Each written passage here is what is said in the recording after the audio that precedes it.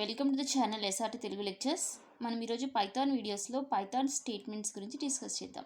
మీకు కనుక వీడియో కానీ నచ్చినట్లయితే ప్లీజ్ ఈ ఛానల్ని సబ్స్క్రైబ్ చేయడం అయితే మర్చిపోద్దు. సో అసలు పైథాన్ స్టేట్మెంట్స్ అంటే ఏంటంటే instructions written in Python for the purpose of execution by the Python interpreter are known as a Python statements. అంటే ఏంటి, సింపుల్గా పైథాన్ ఇంటర్ప్రిటర్ ఎగ్జిక్యూట్ చేసే అన్ని ఇన్స్ట్రక్షన్స్ని పైథాన్ స్టేట్మెంట్ అంటారు.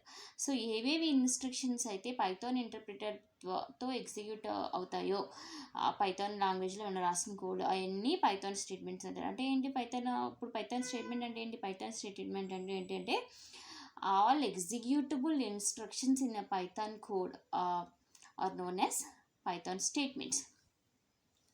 ఎగ్జిక్యూట్ అయ్యే అన్ని ఇన్స్ట్రక్షన్స్ పైథాన్ స్టేట్మెంట్సే. ఎగ్జాంపుల్ వచ్చేసి ఇప్పుడు A=10 B=20 ఇవి రెండు అసైన్మెంట్ స్టేట్మెంట్స్. సో ఇవి రెండు అసైన్మెంట్ స్టేట్మెంట్స్కి example. Next if else if ఈ రెండు కండిషనల్ స్టేట్మెంట్స్. ఫర్ వైల్ ఇవన్నీ లూపింగ్ స్టేట్మెంట్స్. ఇలా పైథాన్ ఇంటర్ప్రిటర్ ఎగ్జిక్యూట్ చేసే అన్ని స్టేట్మెంట్స్ని పైథాన్ ఇంటర్ప్రిటర్ ఎగ్జిక్యూట్ చేసే అన్ని ఇన్స్ట్రక్షన్స్ని పైథాన్ స్టేట్మెంట్స్ అంటారు. ఇంకా చెప్పాలంటే C=A+B ఇది ఒక స్టేట్మెంట్. అలా ఇవన్నీ కూడా సింగిల్ లైన్ స్టేట్మెంట్స్ అంటారు. సింగిల్ లైన్లో రాస్తున్నారు కాబట్టి. పైథాన్ లాంగ్వేజ్ మల్టీ లైన్ స్టేట్మెంట్స్ని కూడా సపోర్ట్ చేస్తుంది. సో మల్టీ లైన్ స్టేట్మెంట్స్ అంటే ఏంటంటే instructions written in more than one line are called multi line statements. ఇవన్నీ ఏంటి, సింగిల్ లైన్లో రాస్తాం కదా, A=10 అని B=20 అని, ఇఫ్ అని ఎల్స్ ఇఫ్ అని ఒక సింగిల్ లైన్లో రాసే ఇన్స్ట్రక్షన్స్, అందుకని అవి సింగిల్ లైన్ స్టేట్మెంట్స్. అలా కాకుండా ఈ లైన్స్ మోర్ దాన్ వన్ లైన్లో రాసామనుకోండి ఇన్స్ట్రక్షన్స్ని, దాన్ని మల్టీ లైన్ స్టేట్మెంట్స్ అని అంటారు. So parenthesis brackets braces and line continuation character backslash are used for multi-line statements. ఈ మల్టీలైన్ మోర్ దాన్ వన్ లైన్లో రాసే ఇన్స్ట్రక్షన్ రిప్రజెంట్ చేయడానికి వీటిలో ఏదైనా ఉపయోగించుకోవచ్చు. పెరాన్సిస్ కానీ, బ్రాకెట్స్ కానీ, బ్రేసెస్ కానీ, or line continuation character backslash కానీ.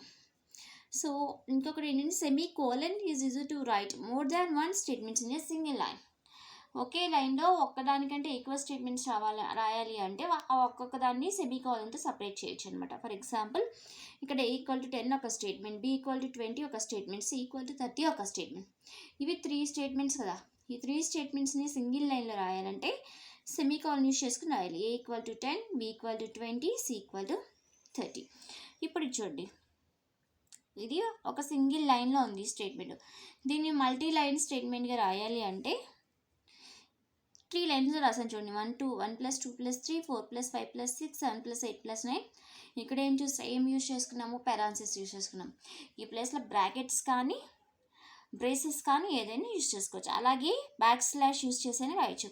1 + 2 + 3 బ్యాక్స్లాష్ 4 + 5 + 6 బ్యాక్స్లాష్ 7 + 8 + 9.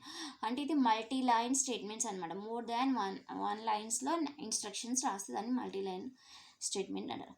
సో ఇవి పైథాన్లో స్టేట్మెంట్స్. పైథాన్ స్టేట్మెంట్స్ అంటే ఏంటి?